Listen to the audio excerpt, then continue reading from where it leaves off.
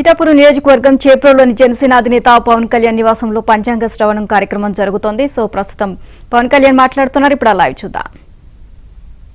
పిఠాపురంలో నేను పోటీ చేయాలి అని చెప్పి ఒక 2 సంవత్సరాల ముందు ఆయన ఆకాంక్షను వెలబుచ్చి ఓడూరి నాగేశ్వరరావు గారి దంపతులకి ప్రత్యేకించి హృదయపూర్వక ధన్యవాదాలు.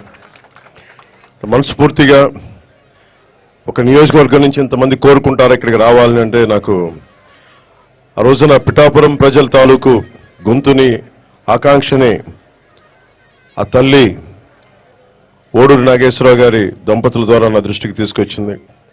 అలాగే వారి 3 పిల్లలు, ముఖ్యంగా కిషోర్ మంగళగిరి నియోజకవర్గ ఆఫీస్కి వచ్చి మా నాన్నగారు పంపించారని చెప్పి ప్రత్యేకమైన ఇట్లాంటి మామిడి పండ్లని తీసుకొచ్చి మీరు రావాలి పిఠాపురంలో పోటీ చేయాలని ఆ రోజు కోరుకుంటే నిజంగా నేను ఆ రోజు ఆలోచించలేదు.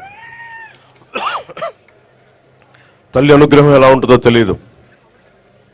పురోహితిక అమ్మవారు దయతోటి దీవెనలతోటి ఇక్కడికి శ్రీపాద శ్రీవల్లపుడి దీవెనలతోటి బంగారు పాపమ్మ దీవెనలతోటి ఈ రోజున ఇక్కడ మీ అందరి ముందు ఉన్నాం.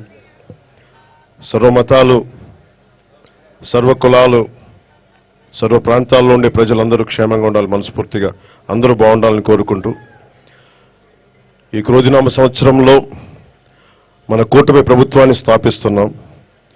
విజయ కేతనం ఎగరవేస్తున్నాం. అది పిఠాపురం నుంచి మొదలు పెడుతున్నాం ఈరోజు.